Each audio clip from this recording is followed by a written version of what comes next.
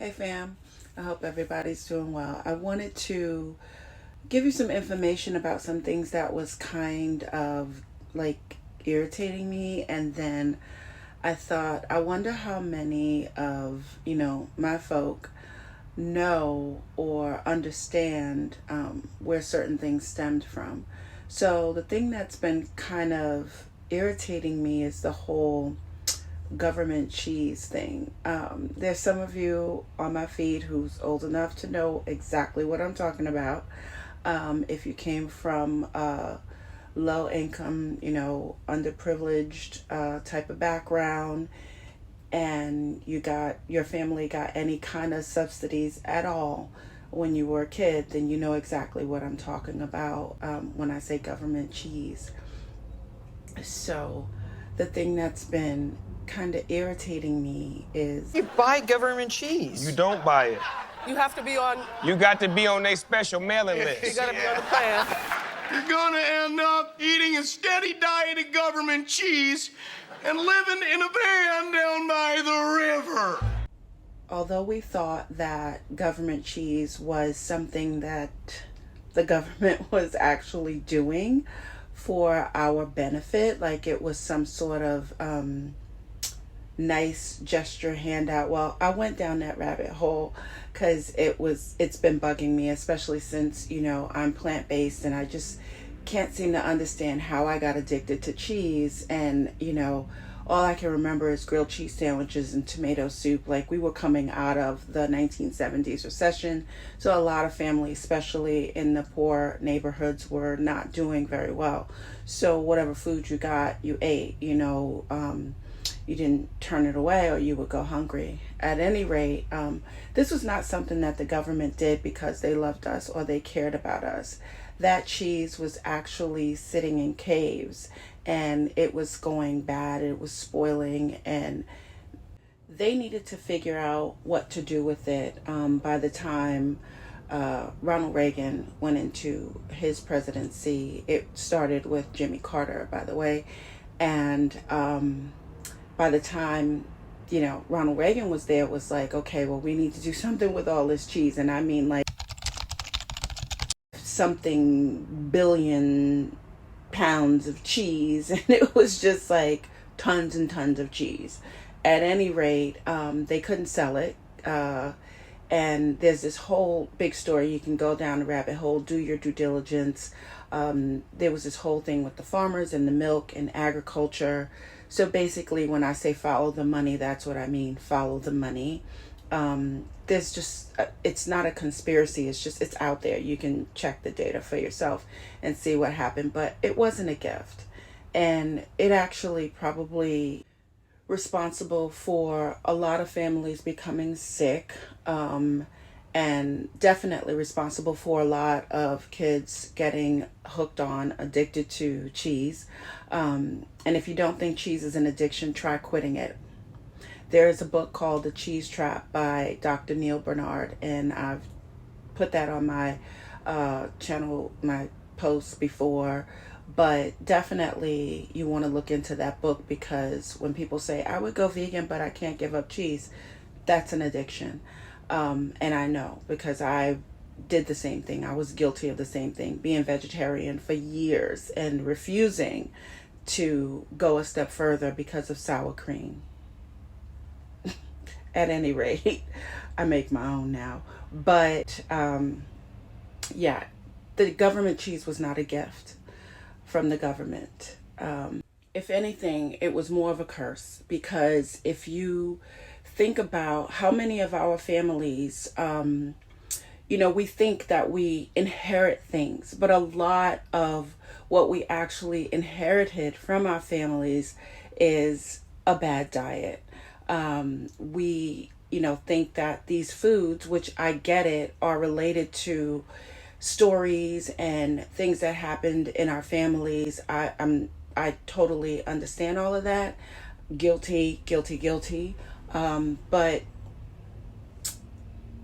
you gotta think about what our ancestors actually ate.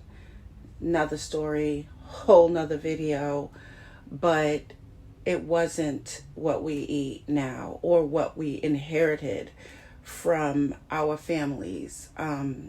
All this, craziness. What, man? Oh, you know me getting my grill on. You got enough seasoning on there? Oh, or what? man, you already know. I already hooked up some shit already, too. Okay. All right. Come over here and get you a plate, baby. Come on, what you Hey. want? We got some chitlins, some cheese, spam, Ooh. tomatoes. When I think about the things that I grew up eating and the things that I fed my children, there's something heavy about that. There's guilt that my mom feels, and there's guilt that I feel as a mom, having given things to my kids, not knowing what I know now. The science is there. They've been doing studies for decades now, and the science is there. Dairy is scary. Meat, forget about it. Like I said, I was vegetarian for a very long time. I've bounced in and out of being pescatarian, and I even tried keto at one point, and that was when I was the sickest in my entire life, and I thought it was going to kill me, seriously. I never felt so horrible in my life, and I'm in pretty good health these days. I think that if something was to come up and show up, I know that it would definitely be related to the times when I did have animal product in my diet, because those things take a while for them to show up. Like, some of us know right off the rip, we are lactose intolerant. Most of us, especially in the Black, brown, Asian community, lactose intolerant, because we are not baby calves and we're not supposed to be drinking that stuff. So get some oat milk. At any rate, I'm going off on a tangent. I just wanted you to go down the rabbit hole about the government cheese and how the Got Milk campaign got started. That's another thing that you should look into, is the whole Got Milk campaign, because they couldn't store the milk. This whole big thing that I wasn't even aware of. I knew that it was some BS. I knew that it got started somewhere, but I knew it was lies. The whole Got Milk thing was to get you hooked, because they could no longer store this stuff. All of the different restaurants, fast food, they started adding extra cheese to things. They started giving away cheese. They gave away, the free government cheese, as we call it, that 5-pound block of cheese. This was all done, just to hide the fact that our tax dollars was being spent on something we didn't ask for.